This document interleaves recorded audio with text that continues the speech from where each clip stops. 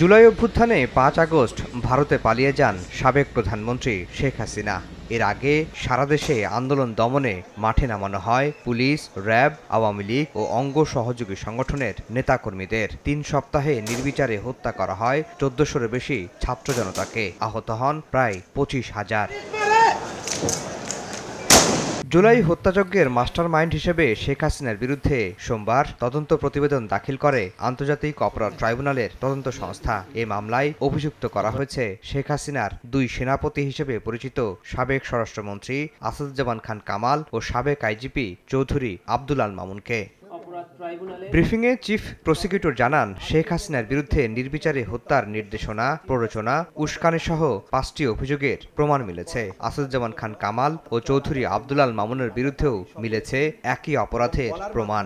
প্রথম অভিযোগটা হচ্ছে যে তিনি এই মানবতা বিরোধী অপরাধ সংগঠনের উস্কানি দিয়েছিলেন। দ্বিতীয় যে অভিযোগটা এখানে করা হয়েছে, সরাসরি নির্দেশ, শেখ হাসিনার কিছু টেলিফোনিক কনভারসেশন যেগুলো জব্দ করেছেন, যেখানে তিনি বারবার রাষ্ট্রীয় সকল বাহিনীকে নির্দেশ দিয়েছেন মারণাস্ত্র ব্যবহার করে যারা বাংলাদেশে একটি ন্যায়সঙ্গত অধিকার আদায়ের জন্য শান্তিপূর্ণ আন্দোলনের রত ছিল তাদেরকে সম্পূর্ণ নিশ্চিহ্ন বা নির্মূল করার জন্য তিনি নির্দেশ দিয়েছিলেন। তাজুল ইসলাম বলেন, সরকারি স্থাপনায় নিজেদের লোক দিয়ে আগুন লাগানোর নির্দেশ দিয়েছিলেন শেখ হাসিনা। তদন্তে এমন প্রমাণও মিলেছে।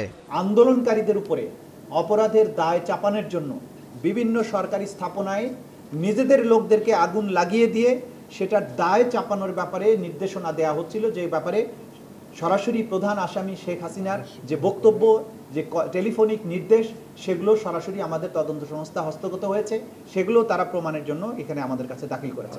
তিনি বলেন, রাজপথের চাপ মাথায় নিয়ে বিচার করা যাবে না। আন্তর্জাতিক মানসম্মত বিচার করতে গেলে যতটুকু সময় নেওয়া দরকার ততটুকুই নেওয়া হবে। রাজপথের চাপের প্রেক্ষিতে কোনো বিচার করা সম্ভব হবে না, এবং সেটা কিন্তু করতে গেলে বিচার সঠিকভাবে কখনোই করা সম্ভব হবে না। আমাদের উপরে আস্থা রাখুন, সঠিক বিচারটা যাতে হয়। তাড়াহুড়া করতে গিয়ে যদি মামলাটা ফেল করে তাহলে আমাদের এই জাতির আকাঙ্ক্ষা কখনো পূরণ হবে না, এবং সেটা ন্যায় বিচার করা হবে না। এ নিয়ে জুলাই গণহত্যার 2 মামলার তদন্ত শেষ হলো। চলতি মাসেই শেখ হাসিনা সহ 3 জনের বিরুদ্ধে আনুষ্ঠানিক বিচার শুরুর প্রত্যাশা প্রসিকিউশনের। আফজাল হোসেন, সময় সংবাদ, ঢাকা।